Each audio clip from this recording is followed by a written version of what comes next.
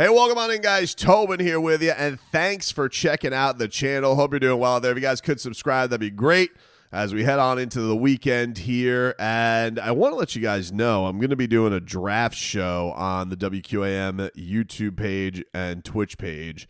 And you guys can also listen to that on the free Odyssey app, AUDACY. Check that on out.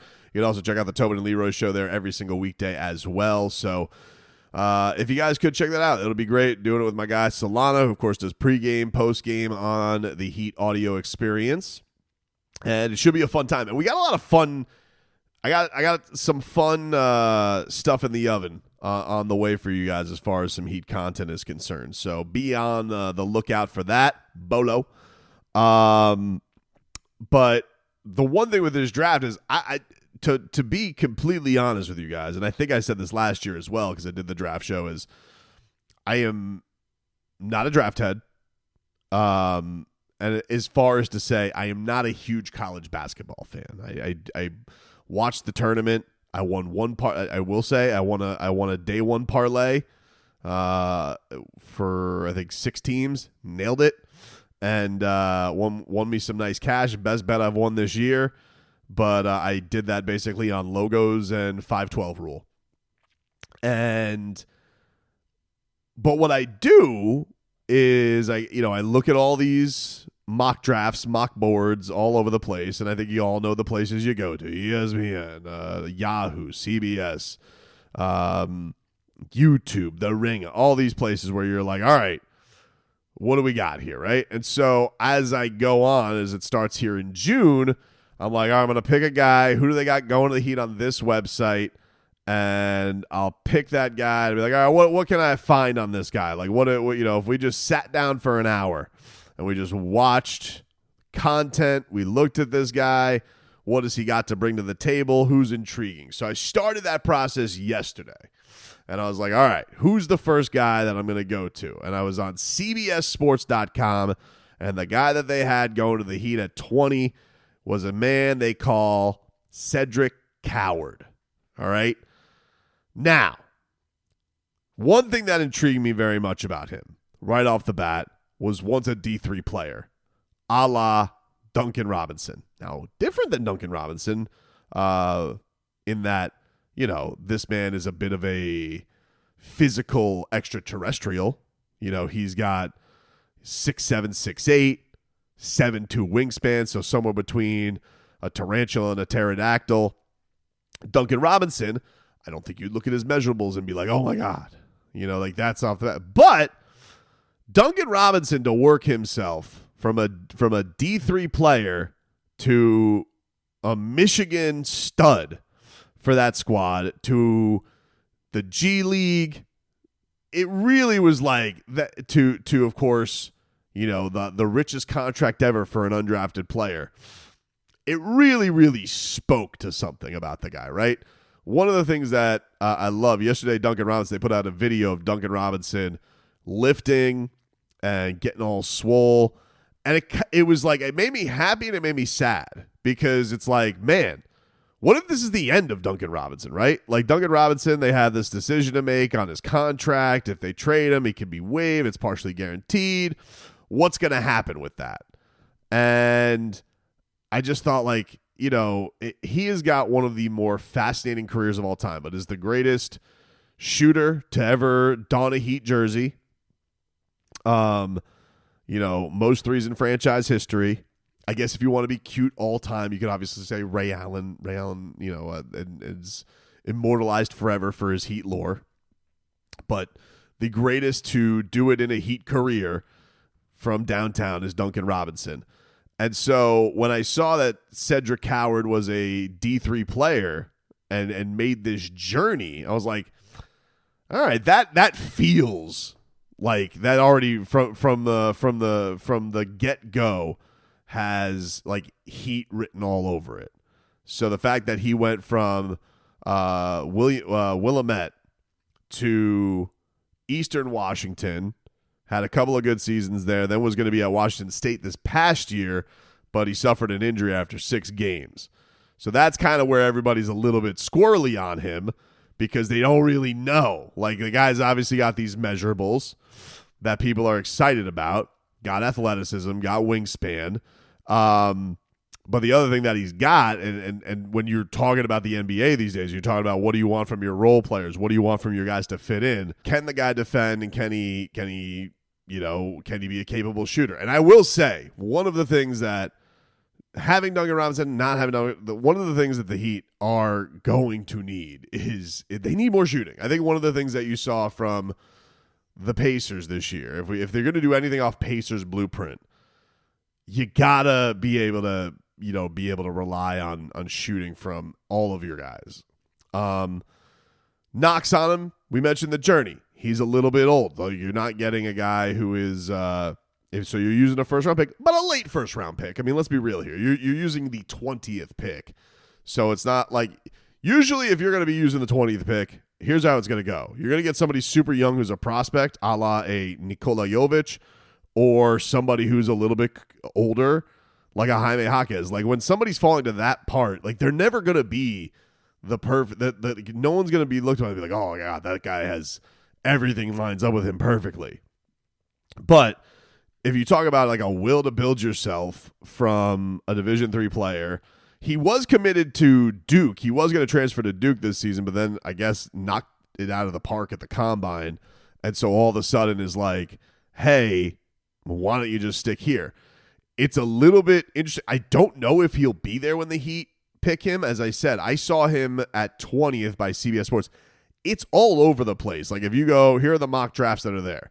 Yahoo Sports has him being taken top 10. The Ringer has him being taken 15 to OKC.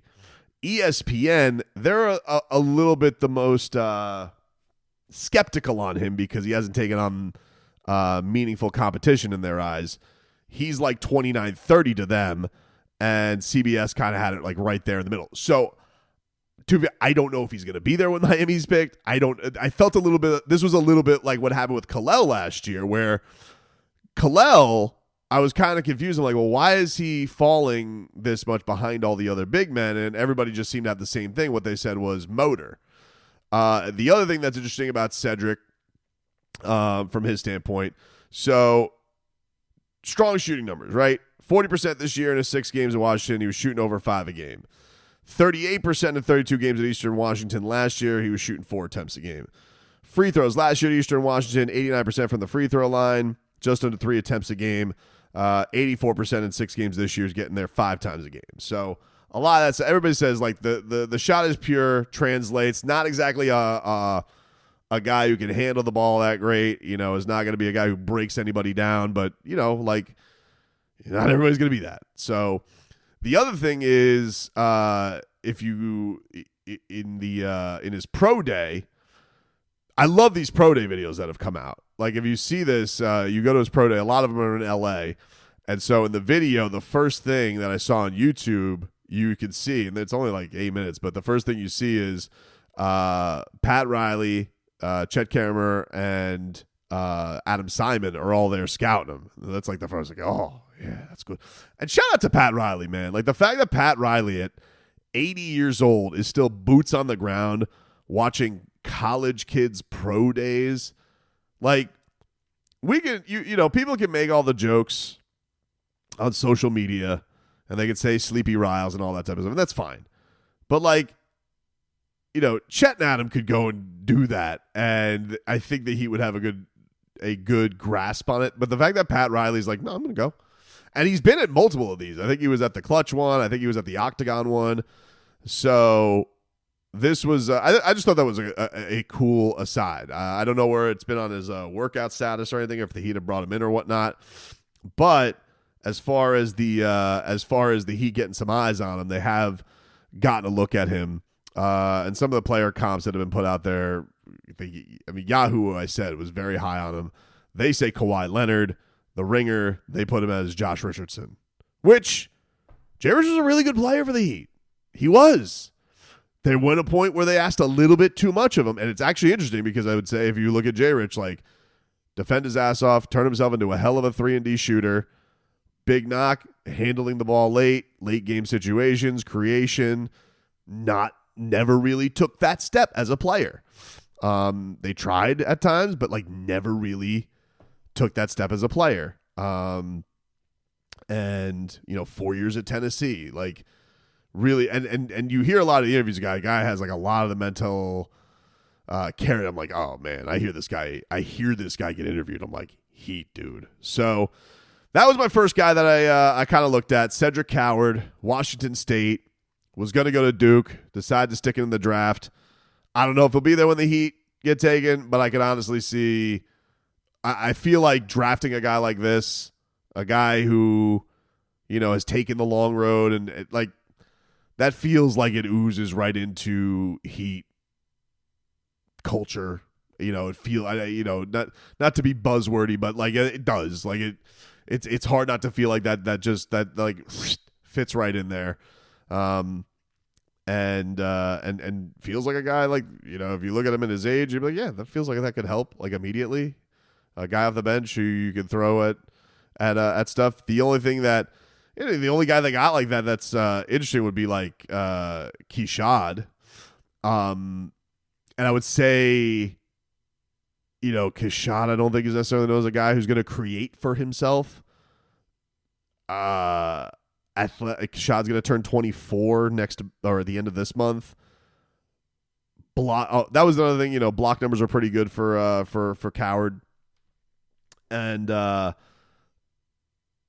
I think KJ's got a lot of that stuff in there as well, but just not. I would say probably not as pure a shooter, and I'm basing this off of like stats and YouTubes that I've seen. But Keshad has put a lot of work into his shooting, and the Heat are really good at trying to get guys comfortable to do that. So there was one blurb, by the way, in Anthony Chang's article today on Keshad. A couple of things. It said the Heat has a few weeks to make a decision on Keshad Johnson's status. He has a $2 million team option in his contract for the upcoming season. The Heat has until June 29th to decide on that team option, with Johnson becoming an unrestricted free agent if they bypass the option. But Keshad said in this, he said, one of the quotes that he has to Anthony is, quote, "I fit in with just the heart aspect of Heat culture. Everybody is out there making winning plays. I can fit right in making winning plays along with everybody else." And I was like, yeah, that's Goosey's Keshad. So we'll see. We'll see what ends up coming. But I think everybody knows. Like I really want to see what this kid can do for the team too. I'm big fan, and if he is with the team, you imagine that he's going to go to Summer League, and if he goes to Summer League, I would wonder. There was a year where like Strus got the chance to kind of lead the team, and that was a big plus for Max Strus. And I know Pella's doing Eurobasket. I'd still say he's probably going to do Summer League. I don't know about Kalel. That's going to be an interesting one. I wouldn't be surprised if he skipped out on it or maybe did a couple of games a la Jaime Jaquez last year. But like, yeah, no Jaime, no Nico. Like that could be an opportunity where like they give him, the keys a little bit to do that and see what he can do. They like to do that. And so I'll be intrigued to see what they do with that with Keshad as well, and what his future will hold this summer. But I guess we'll get answers on that in the coming weeks.